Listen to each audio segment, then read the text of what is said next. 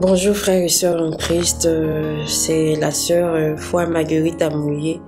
Aujourd'hui, je viens dans le but de vous rendre témoignage de la vision que le Seigneur m'a montrée. Donc avant toute chose, on va remettre cela dans le creux des mains du Seigneur Jésus-Christ.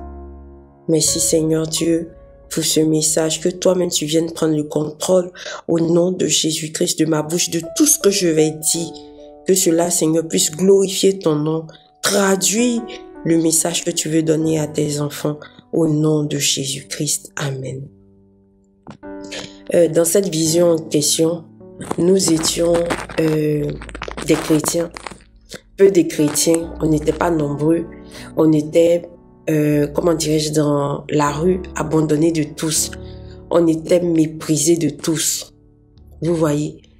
Et on a entendu la voix du Seigneur gronder dans le ciel comme le tonnerre. Et la voix du Seigneur disait comme ça, priez, priez, priez. Quand vous finissez de prier, priez. Continuez toujours à prier pour ne pas céder à la tentation. Et pendant ces moments-là, les chrétiens étaient chassés de partout. Les chrétiens avaient en fait tout perdu. On leur a arraché leur commerce, on leur a arraché leurs biens, leurs maisons. Ils n'avaient plus d'endroit où rester. Et donc, on errait comme ça dans la rue. Et puis, autour de nous, les gens mangeaient, les gens s'égayaient, tout ça. Les gens faisaient la fête. Mais nous, les chrétiens, on était là comme des intrus dans le monde. Et nous qui avons entendu en fait la voix, on était juste peu. On n'était pas nombreux. Hein. On était juste petits.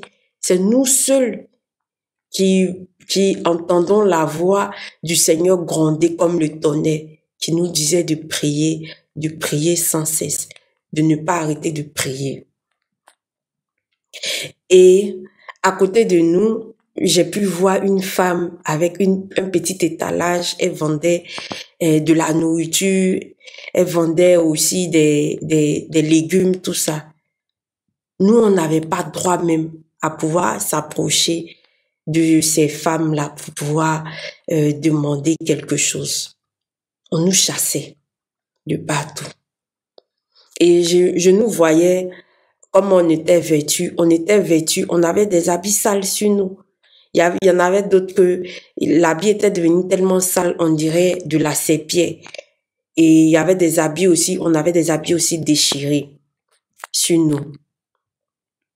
Et puis, je me suis réveillée. En fait, le message que le Seigneur voulait me traduire, c'est que à l'approche de l'enlèvement, nous les chrétiens, on va souffrir. On va souffrir. Celui qui ne va pas accepter de souffrir là, il va repartir au monde. On sera martyrisé, on va souffrir. Il y en a d'autres qui seront emprisonnés. Il y en a d'autres qui vont disparaître, on ne sait pas, peut-être ils seront tués. Mais nous qui allons rester là, on va souffrir.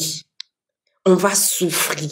Il faut que vous vous mettez cela dans la tête, que le chrétien, aux derniers instants, quand il sera l'heure où le Seigneur doit venir, on va souffrir. On ne sait pas combien de temps ça va mettre. Et c'est quand nous, on sera tellement en train de souffrir, on va crier à Dieu, Seigneur Jésus, reviens, reviens, reviens, on veut partir, on veut partir. C'est là le Seigneur va venir. J'avais donné un message où j'ai dit que le Seigneur va nous prendre et puis il va nous envoyer dans une ville chrétienne, dans un endroit. Mais avant que il puisse nous envoyer dans cet endroit-là, on sera avec d'autres chrétiens. Ça aussi, c'est une autre vision que le Seigneur m'avait donnée. On sera avec un chrétien, le petit nombre de chrétiens qui restent là. On sera scindé en deux. Parce que c'est pas tout le monde que le Seigneur va envoyer là-bas, dans la ville chrétienne. C'est pas tous les chrétiens. Il y a une partie que le Seigneur va envoyer là-bas. Mais il y a une partie qui va rester dans le monde là, et qui va souffrir jusqu'à ce qu'il revienne. Et cette petite partie qui va rester dans le monde là, qui sera en train de souffrir là, cette petite partie là, sa couronne sera tellement grande dans les cieux.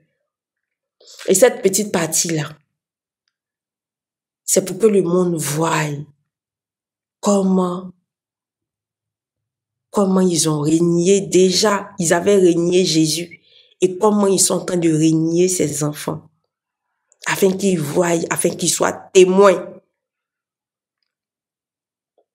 Vous voyez.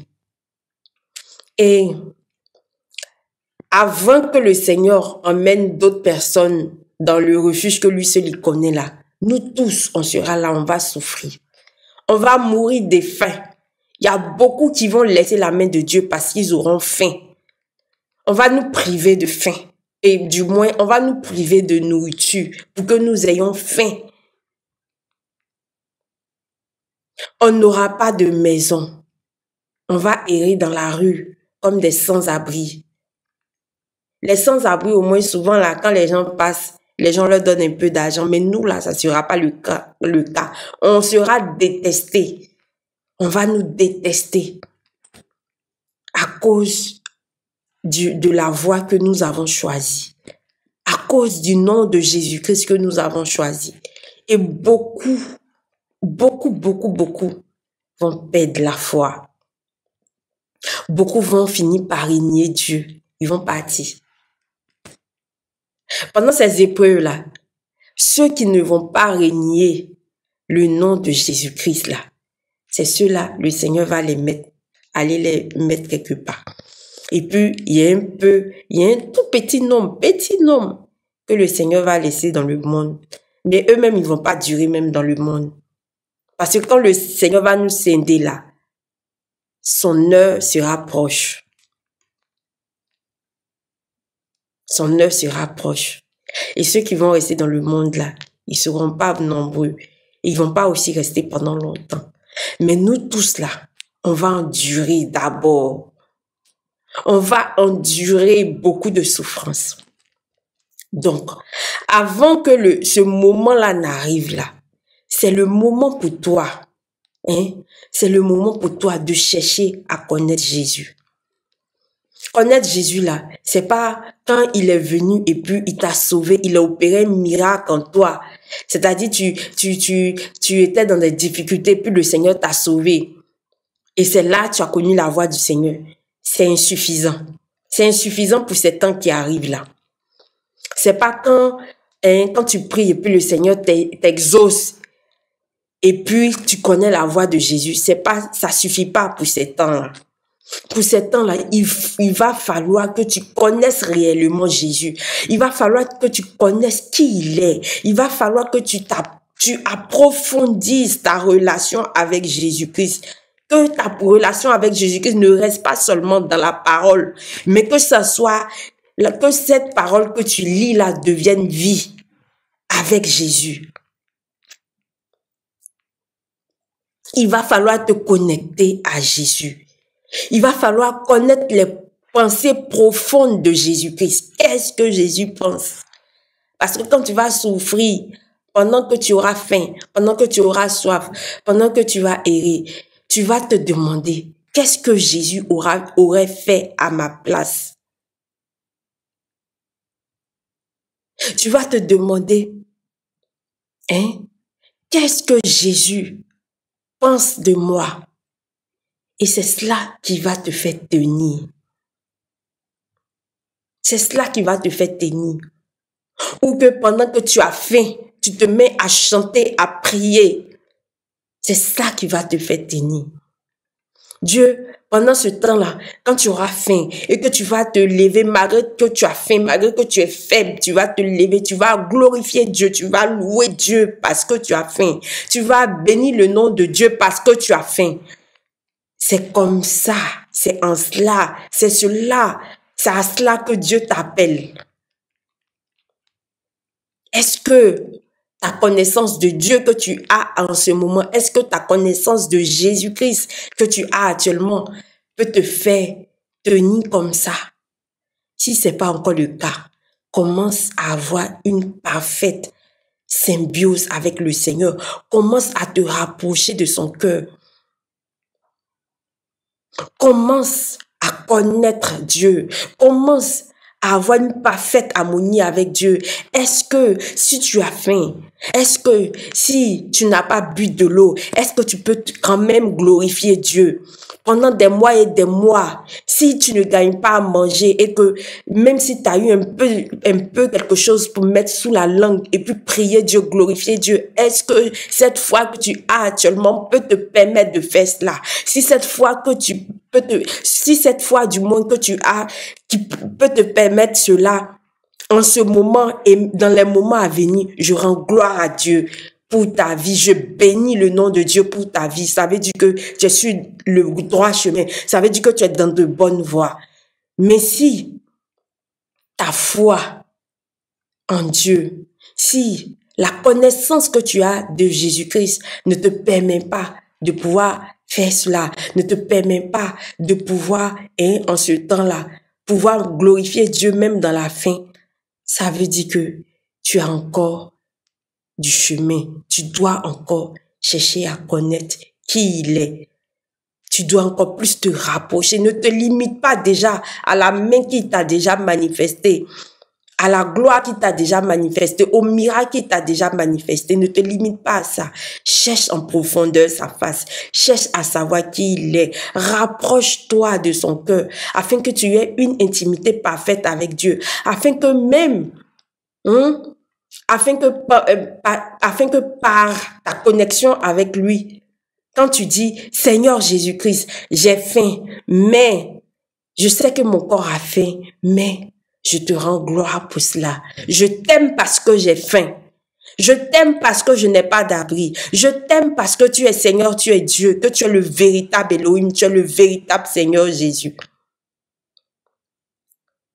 C'est à cela que le Seigneur nous appelle. Le Seigneur va nous épurer. Les saints dont l'Apocalypse parle, c'est des saints qui vont passer par la souffrance. Le Seigneur va nous épurer afin que nous devenions saints, afin que nous devenions propres à ses yeux, avant de venir nous chercher, avant de venir nous enlever. Est-ce que si ce temps-là arrive, est-ce que tu es prêt? Si tu n'es pas encore prêt, commence à te préparer. Prie sans cesse. Le Seigneur a dit, priez sans cesse. N'est-ce pas s'adresser à Dieu? N'est-ce pas rentrer en intimité avec Dieu? N'est-ce pas créer un lien fort avec Dieu? N'est-ce pas s'adresser à Dieu? C'est ce que Dieu demande dans ce songe-là. D'approfondir ta relation avec Jésus. C'est ce qui te fera tenir au temps de la souffrance. Donc, c'était le message. Que le Seigneur Jésus-Christ vous bénisse abondamment. Seigneur Jésus-Christ, merci pour ce message. Je te rends la gloire, je bénis ton Saint-Nom. Seigneur Dieu, je souhaite, je désire de tout mon cœur que ce message soit entendu par une foule de personnes, afin que Père éternel, les personnes, Seigneur Jésus-Christ, soient préparées, puissent se préparer. Pour ceux qui ne sont pas encore préparés, puissent davantage se préparer. Pour ceux, Seigneur, qui sont déjà préparés, puissent davantage se préparer pour les temps difficiles, pour les temps à venir qui viennent. Au nom de Jésus-Christ, au nom de Jésus-Christ, au nom de Jésus-Christ. Seigneur Dieu, j'espère que ma bouche d'homme a pu traduire le message essentiel que tu voulais, Père éternel, transmettre à l'ensemble de tes enfants dans le nom tout-puissant de Jésus-Christ. Que toute l'honneur, la gloire te revienne dans le nom tout-puissant de Jésus-Christ. J'ai prié. Amen. Sachez que tout ce que j'ai dit, c'est en route. Ça va arriver. C'est en route. Ça vient à petit pas vers vous. Et ça va finir par se réaliser. Que le nom de Jésus-Christ soit béni. Au nom tout puissant de Jésus-Christ. Amen.